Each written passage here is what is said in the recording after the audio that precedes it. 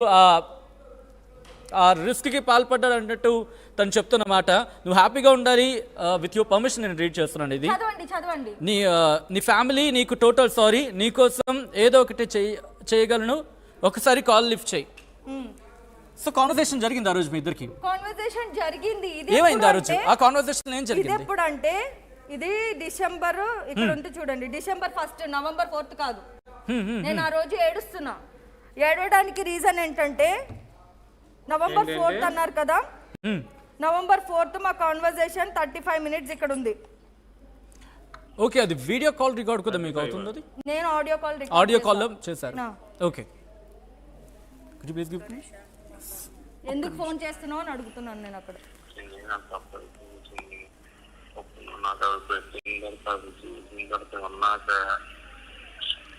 ఎంత పెద్ద తప్పు చేశానో నాకు అర్థం అవుతుంది. నాకు పనికి మన కోపం వల్ల నా చేతిలో నేనే చెడగొట్టుకున్నాను. నా చేతిలోనే నేనే చెడగొట్టుకున్నాను, నేనే చేసుకున్నాను. అతను మాట్లాడే మాటలు నవంబర్ 4 సేమ్ డేట్. ఏం చేయడం నాకు అర్థం కావట్లేదు. చాలా అంటే చాలా వరకు బాధపడుతున్నాను రోజుకి. నాకు బుర్ర కూడా పనిచేయలేదు. కాలు పట్టుకున్నా తప్పు వచ్చింది. నేను చేసిన తప్ప అంత చేసి నాకు ప్రారంభించింది. అసలు ఇది మీ ఇద్దరి మధ్య జరిగిన కాన్వర్సేషన్ కాదు. శ్యామ్, నాకు ఒక చిన్న డౌట్ ఇక్కడ. మీ పెళ్ళైన దగ్గర నుంచి ఇష్యూస్ ఉన్నాయి, కలిసే ప్రయత్నం చేస్తున్నారు, మళ్ళీ విడిపోయారు, మళ్ళీ దెబ్బలాడుకున్నారు, మళ్ళీ మాట్లాడుకున్నారు, మళ్ళీ దగ్గర అయ్యే ప్రయత్నం చేశారు. ఏం జరుగుతోంది శ్యామ్? శ్యామ్కి ఎక్కడైనా క్వశ్చన్ మార్క్ ఉండిపోయిందా, లేకపోతే అనుమానించి బయటికి రావట్లేదా? ఏం జరుగుతోంది శ్యామ్ ఈ విషయంలో? స్టాండర్డ్గా ఉండడు సార్ అతను. అనుమానం పిశాచి అప్పుడే బతికినాడతాడు. ఇప్పుడు విన్నారు కదా, దాంట్లో కాళ్ళు పట్టుకున్నా తప్పలేదు. నేను చాలా అదే క్వశ్చన్ నేను శ్యామ్ని అడుగుతున్నాను.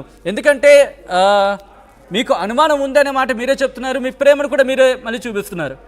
శ్యామ్, ఐశ్వర్య విషయంలో మీకు డౌట్ ఉందా, అనుమానం ఉందా, లేకపోతే ఏం జరుగుతోంది?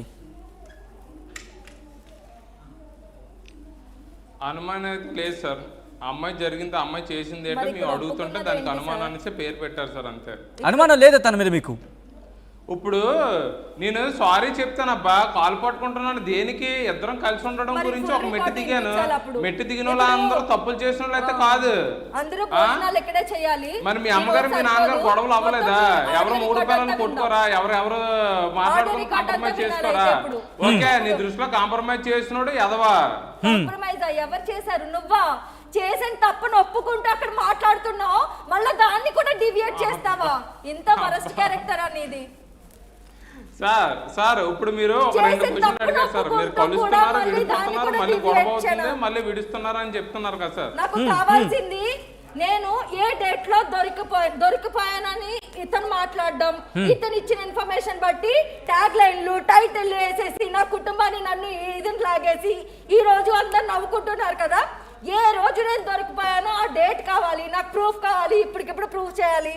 25 lakhs ది వాళ్ళ చెల్లి ఒప్పుకుంది. ఏ రోజు ₹1 కూడా నేను ఖర్చు పెట్టలేదు. ఒకసారి ఆ కాన్వర్సేషన్ కూడా ఆడియో రెడీగా ఉంటే ఐ రిక్వెస్ట్ ఐశ్వర్య, అలాగే ఐశ్వర్య వాళ్ళ సిస్టర్ తో, శ్యామ్ సిస్టర్ తో మాట్లాడిన ఆడియోకి సంబంధించి ఒకసారి ప్లే చేసే ప్రయత్నం చేద్దాం. ఒకసారి రెడీ అయితే కనుక ఐ రిక్వెస్ట్ ప్లీజ్ ఒకసారి ఇన్ఫార్మ్ చేయండి. బిఫోర్ దట్ ఐశ్వర్య, అక్టోబర్ నుంచి మీకు ఇష్యూస్ ముందు నుంచి ఉన్నాయి, బట్ అక్టోబర్ నుంచి ముదిరిన విషయం ఉంది కాబట్టి ఎందుకు ఫిబ్రవరి వరకు, ఇన్ఫాక్ట్ ఫిబ్రవరి కంటే మార్చ్ వరకు వచ్చేసిన పరిస్థితి ఏంటి? ఇంతవరకు ఎందుకు ల్యాక్ చేశారా, లేదా డ్రాగ్ ఆన్ చేశారా? అంటే శ్యామ్ విషయంలో మీకు ఇంకా ఎక్కడో సాఫ్ట్ కార్నర్ ఉందా? సాఫ్ట్ కార్నర్ ఉంది కాబట్టి మొత్తం ప్రపంచం అంతా నేను చెడ్డదాన్ని అని అన్నాడు కదా, వదిలేద్దామని ప్లాన్ చేశానని అన్నాడు కదా. అదే నిజమైతే నేను ఒక ఆడియో రికార్డు గురించి మాట్లాడుతున్నాడు కదా, మా మదర్తో నేను కలిసి ఉంటాను అమ్మా, ఒక ఛాన్స్ ఇద్దామమ్మా అని ఏడ్చుకుంటూ మాట్లాడిన రికార్డు అతను అందరికీ వినిపిస్తున్నాడు కదా. ఆ రికార్డు ఒక్కసారి ప్లే చేయమనండి. దాని ద్వారా ఈ మీడియాకి ఏంటి, ఆడియన్స్కి ఏంటి ఏం అర్థమవుతుందో చెప్పండి. ఒక్కసారి Aishwarya, if I'm not wrong, Shyam సిస్టర్తో ఫోన్ కాల్లో మాట్లాడారు, ఆడియో రికార్డు ఐశ్వర్య ఇవ్వడం జరిగింది. ఒకసారి ఆ రికార్డు విందాం. ఈ కాల్ రికార్డ్ వదినా, నేను ఐశ్వర్యని మాట్లాడుతున్నా. యా ఆల్రెడీ ప్లే అవుతాం.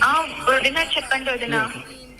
ఏంటి వదినా, అంటే ఒక ఆడపిల్లని మీ ఇంటికి పెళ్లి చేసుకోవడానికి